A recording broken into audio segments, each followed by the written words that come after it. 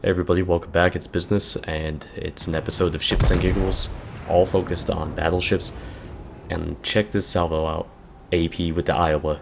Holy shit! That was awesome. Did not expect that, but huge dispersion buff to the Iowa. I've got a lot more clips to show you of that from a couple matches I had from a couple days ago on stream, where, I mean, things were just completely nuts. Every match with the Iowa was just crazy. So we started off with the Iowa. We're going to work our way down from the North Carolina into the Arizona, the Fuso, the New Mexico, and finish off with the Ishizuchi today.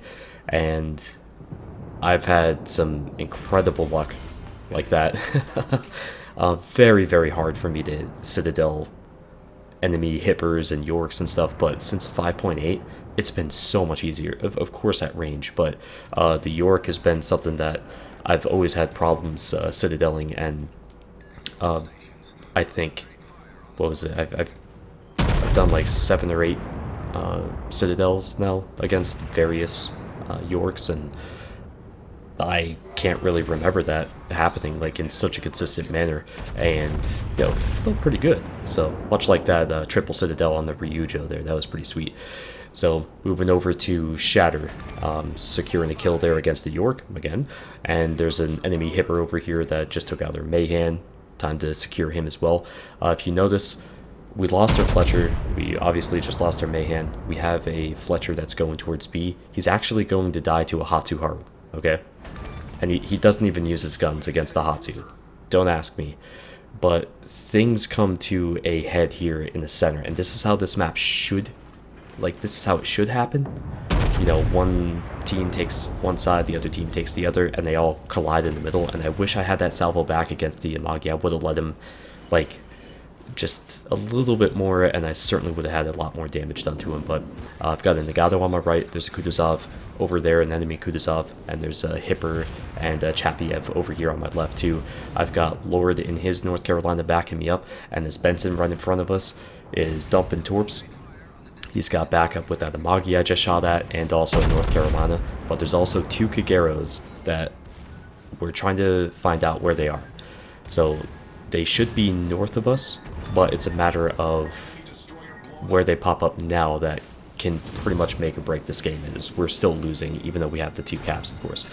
So managed to dodge the Benson torps and get a close quarters expert on him, and I've got a nice juicy broadside North Carolina here, and he is obviously going to beach.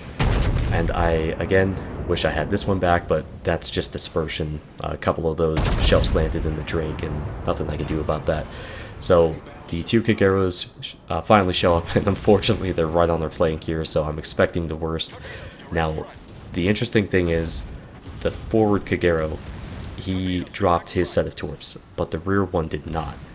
And so while I'm dodging this, there's no way in hell the Nagato is dodging him, as you can see, and unfortunately here, that's a frightening sound for any battleship player, but our Hipper beaches himself, unfortunately, and the lead Kagero shows up, but it was more the second one that I was interested in because those torps right there.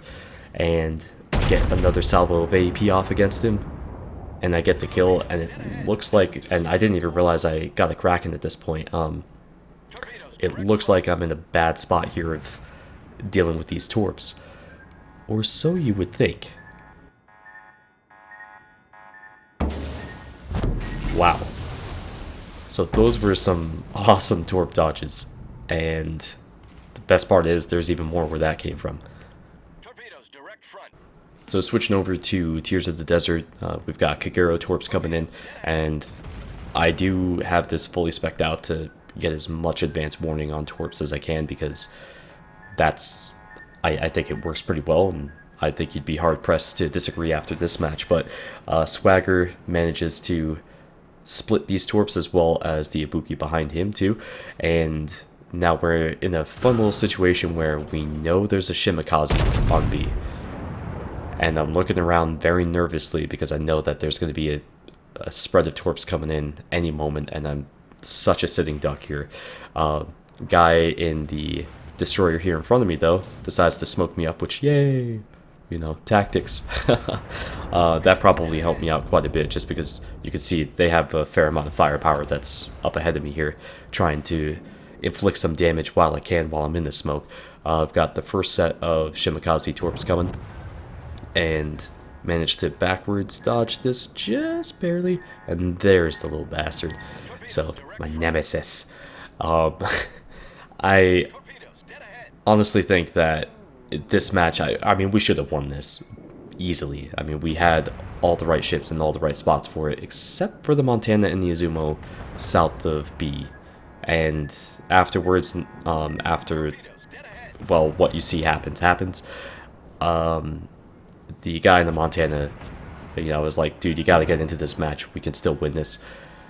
He asked, where do I go? And what do I do after 3,000 plus matches and being in a Montana? So things are looking really good, and then disaster strikes. And this has got to be one of the most asinine things I've ever seen in this game. So let me get into free cam here. Look at that. Swagger's Turpitz is stuck on one of my Bofors mounts. So I could have obviously avoided that torpedo, and Swagger could have went ahead and survived. And then some guy on their team says, I mean, like, that was my fault or something. I mean, oh my god. That just, that's insult to injury right there. I mean, that's such a stupid situation, of course, and to take out my frustration, I drop a nice 31k on the broadside Iowa because I'm frustrated now. That was so stupid and it didn't need to happen, and unfortunately it changed the outcome of this game. Just a stupid little issue like that. So this Yamato looks like he's sort of going to engage me, and I decide to go full on against him. I've got the destroyer ahead of me here. I've got my secondaries trying to shoot at him, and they're wholly ineffective, unfortunately. I only get a couple hits against him. But the Yamato, take a look at his turrets there. He's not looking at me, so I've got him dead to rights. Line him up and unload. Boom, knock him out.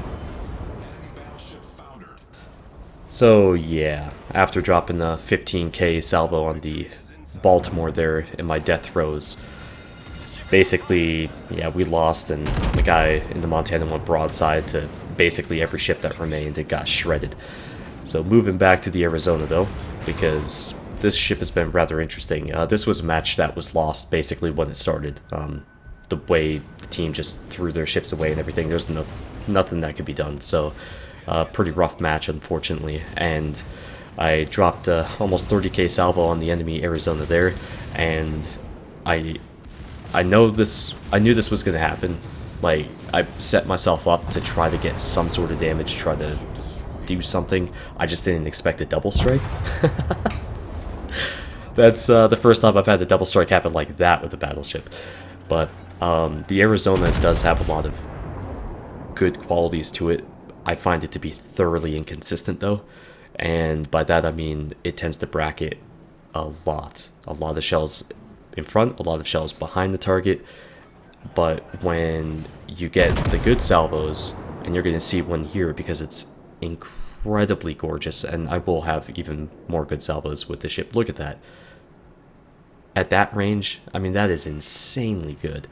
And I really like this ship when it's behaving, but to me it's like a lot like the Texas, where you can do really well. As you see me try to set up a double strike, I ended up actually close quarter experting is that a way to say it? The Kuma eventually, but I failed on that double strike, and I'm setting up another one here, and the front turrets get the Furutaka, but the rear turrets can't seem to find their mark there against the Kuma. So I just think that it has a lot of potential, and there's a lot of good with it, but the lack of normalization, which, don't ask me how that Citadel happened, the lack of normalization tends to make certain situations a lot more difficult than it would be with the New Mexico, which, you know, New Mexico is a brawler. You're going to be able to penetrate at pretty much any angle against, like, similar battleships, but in Arizona is just going to bounce.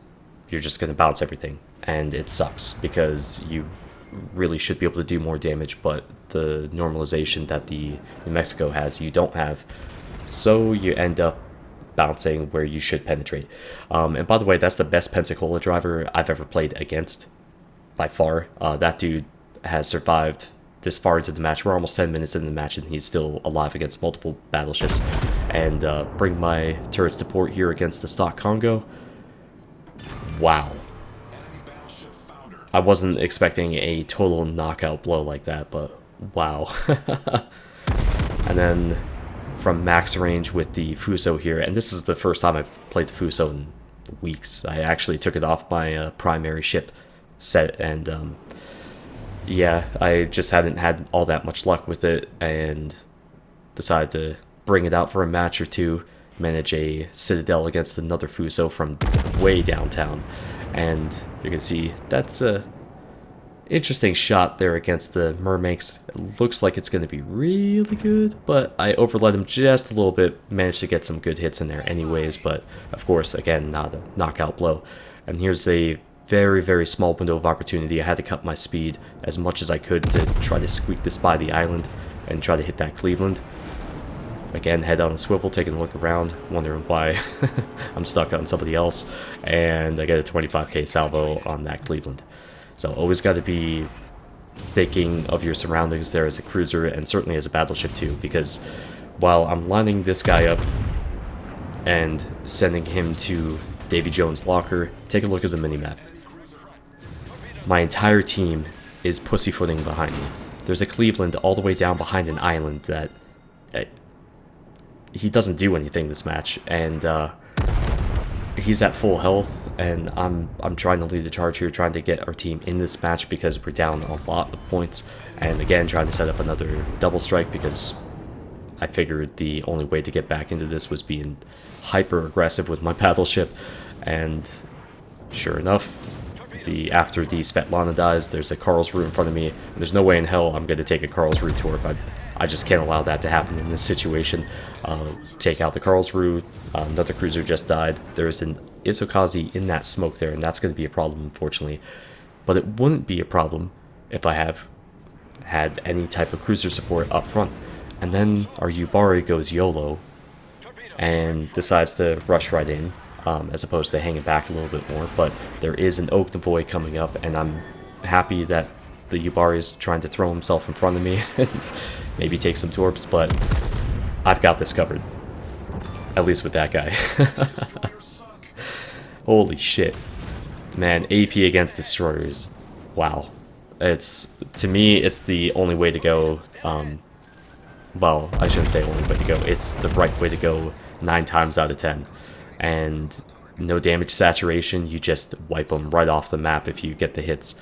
And I think that's a huge benefit of being able to get the AP penetration, being able to knock these guys out sooner rather than later.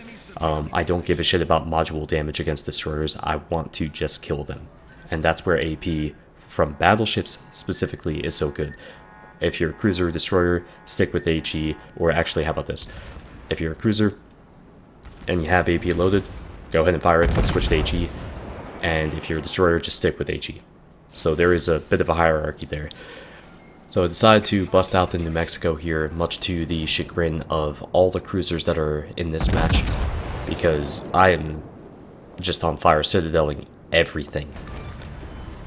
So that's 4 different cruisers that have been citadeled, and I messed up the initial salvo against this Miyoko because he was kind of like just rocking back and forth, and admittedly this salvo is still rather far behind him. But almost got the devastating strike there. So close. Now taking a look at this Congo who's tunnel visioned and broadside to me, which is, that's one of my favorite situations, of course. And not the damage I was looking for, but better than just a couple overpens. And take a look at the New Mexico here and the Cleveland. I don't like either of the angles there, so I figure it's worth the risk. Go ahead and bring my ship around, get another salvo on the Congo while I can, and then focus on these guys if need be. And again, get a gentlemanly 12,495 on the Congo. Not a knockout blow, but again, it's alright. I did a good chunk of damage there. The funny thing is about this, after the New Mexico finally opens up on me, I don't have a lot of high damage matches with the New Mexico. My highest was like 154,000, and that was actually ranked in Season 2, back in October, November. I have good average damage, but it's not very peaky. And yeah, 21k against the New Mex there. So finally, I had a match where I was able to set a new high score for myself on the New Mexico with 162,000, and this was one of the better solo matches I've played in quite a while. Like in terms of battleship play, felt pretty damn good to jump into the New Mex and just start railing on everybody, especially after playing the Arizona for a bit. But now we get to the big one, the Ishizuchi match. Now, I requested as gently as I could that my team stay where they are and fight where they are, because, you know, the whole running north and south thing, I completely disagree with it, and I've got plenty of video in the future to show you on that, I think in the Texas review especially. My first salvo here against the Phoenix misses wildly. I did not have enough lead for that guy, and I suddenly realize that I'm in a bit of a pickle here, because now Clemson is way closer than I just totally spaced on this guy's position. I tunnel visioned, and now I'm in a bad spot here where this guy's charging me, and I'm in an Ishizuchi. I've got, you know, I don't have the fastest rudder shift or anything.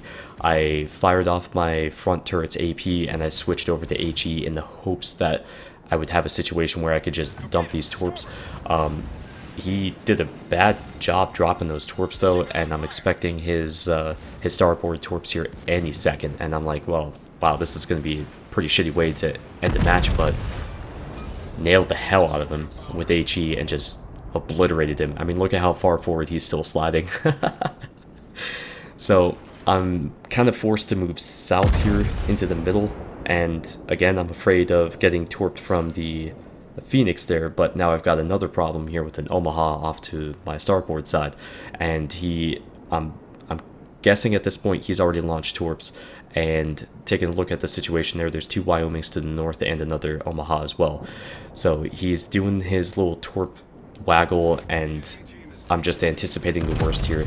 I was trying to get my Congo to be closer up front with me and you know, be a little bit more involved, trying to get him to help me shoot at some of these other targets here, because he initially was going to run south, and he does help out by distracting the Wyomings there, so I can manage a fight against this Omaha and the other Omaha, as you'll see in a second. But taking some damage here, and I'm trying to anticipate these torps as best as I can, and sure enough, managed to dodge both of those. So now I know the Omaha has at least not a lengthy torp reload, but I need to get this job done before he gets those squared away. And actually, I get a close quarters expert there. The secondaries finished him off before the main battery did. So waiting for this Omaha to turn out just a few moments later, and as you can see, we're down in this match a fair bit. I get perfect dispersion. Beautiful shot on the Omaha there. And actually, it's not a beautiful shot, it was just well placed. It was the dispersion that did the work. But anyways, I switched over to HE to try to engage these Wyomings and try to help my guys out that are the ones that are remaining up here, at least, because all we have right now is the Königsberg and the Congo that are up here as well. So trying to start some fires, and I'm being very liberal about my usage of AP and HE, like just interchanging these guys as much as I can based off the angle, because the Ishizuchi doesn't have good penetration unless it's broadside on a enemy battleship like the Wyoming, which is rather soft. Same with the New York, but the New York can hit a lot harder, so you have to time that very carefully. So managed to AP kill the first Wyoming, and I really wish I had HE loaded for this one, because this is a rough angle. You know, regardless of it being an Ishizuchi, that was just a bad shot altogether. I really could have done a lot better with that. So as you can see here, I switched back to HE. I've got all 5 turrets involved, and get some decent damage and 2 more fires. And if you take a look at the points total here, now it's only 5 on 4, right? And we're about to make it 4 on 4. They still have an Isokazi that remains. They still have 2 full health Congos, or close to it, and a Texas as well. So we're down a huge amount of points, 500 of them, and just trying to claw my way back into this when the Wyoming finally goes down. And now we've got to focus on dealing with the southern group. So they've got the Isokazi, and we just lost one of our remaining ships, so it's 4 on 3. They have the Texas right there, who's been taking some damage, thankfully, and I get a few hits on the Isokazi as he moved into B here, and right about now, yeah, our Congo has died. The Königsberg is actually being focused by actually pretty much everybody, except for the Isokazi, and again, I already had a fire going on the Texas, so I just set another one, and I deem it more prudent to go ahead and just get rid of the Texas while I can, and secure a Kraken, yay! And then turn my full attention over to the Isokazi. So I get my middle turret involved and actually get a decent little hit there. Managed to dodge his full spread of torps, and I've got all 4 turrets that remain involved in this salvo and secure the 6th kill. And that doesn't make me feel any better because now I've got to deal with 2 full health Congos. Now, this is incredibly important, the way this develops. So, get some AP sent in on the lead Congo here, right? And do some damage. AP against the Congo, the moment it starts turning, is pretty much not going to do shit. It's very important to have HE ready to go. You have to try to really consider those anticipate those movements and the angles that the guy's going to turn to and that sort of thing in order to make the AP on the ship like this more effective. Now, this is perfect though. I turned bow forward to not only help my armor against the Congo that was going to pop out there, but also to fire at the lead Congo, who I could then turn to after the other Congo fired and presenting the lowest profile, maximizing my armor, and then I could turn over to the other one, and then once he fired, I turned back to the one in the rear to go bow forward for his salvo, and that would give me the chance to fire at the lead Congo. There was an ebb and flow to this part of the fight that was incredible. Very, very rare that something like that happens to your advantage. Now, I do wish I had HE loaded for the previous salvo. That would have been really helpful. And after firing at the rear Congo, who I was hoping to go for a ram and try to do more damage, as much damage as I could to the lead Congo here, who thankfully does not have his turrets pointing towards me. He's got them pointing towards the little guy in the Königsberg here. I lucked out big time on that. So I do have HE loaded, and this is one of those cusp areas where AP could be really good against the Congo at that angle, but I'm glad I had HE loaded because it set off more fires and he had to use his repair when he probably didn't want to.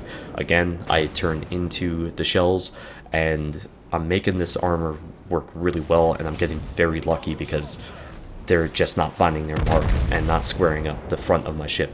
Now I do an awesome salvo, 16-7 against the Congo there as he beaches again, and there's only a sliver of health on their Königsberg, and I'm desperately pleading with him to dump torps as fast as he can in case he dies, because that's the best chance I have at being able to not just get this guy killed, but go ahead and see if I can still work on the remaining Congo in the back. So I get another little salvo of AP in there just in case the torps miss, but thankfully they don't. And now it's a 2v1, if you want to call it that. The Congo has the speed advantage, and he's got really, I would say, the positional advantage here against the two of us, because he's got the points lead, he's got time on the side, and he is frankly more capable with his guns than I am. So this is really just a losing battle at this point, and I'm trying to do what I can and see if the Königsberg can get some more fires on this guy, but without a heal and without having, well, I have another 50 seconds on the repair, there's pretty much nothing I can do. And the Congo's pulling full broadside here, and of course, I'm just trying to do the last bit of damage that I can. If I had AP loaded, maybe this would have been better, and I mean, that was a shitty salvo anyways, but yeah, the team in the South did what they could. They held these guys up, and they did a great job, honestly. I didn't blame them. It was just, the fact of the matter was that if these guys had more damage done to him, we would have won this. And the Königsberg that was with me, high five to him. He really tried like hell to make this work as well. So 182,000 damage in an Ishizuchi of all things, and that's higher than any Yamato match I've had, which is actually really amazing when you think about it that way. But yeah, that was a tough one, an epic loss, but a good loss. And that'll be it for Ships and Giggles today. Thanks for watching, guys. Hope you enjoyed it, and I'll see you back here next time. Take care.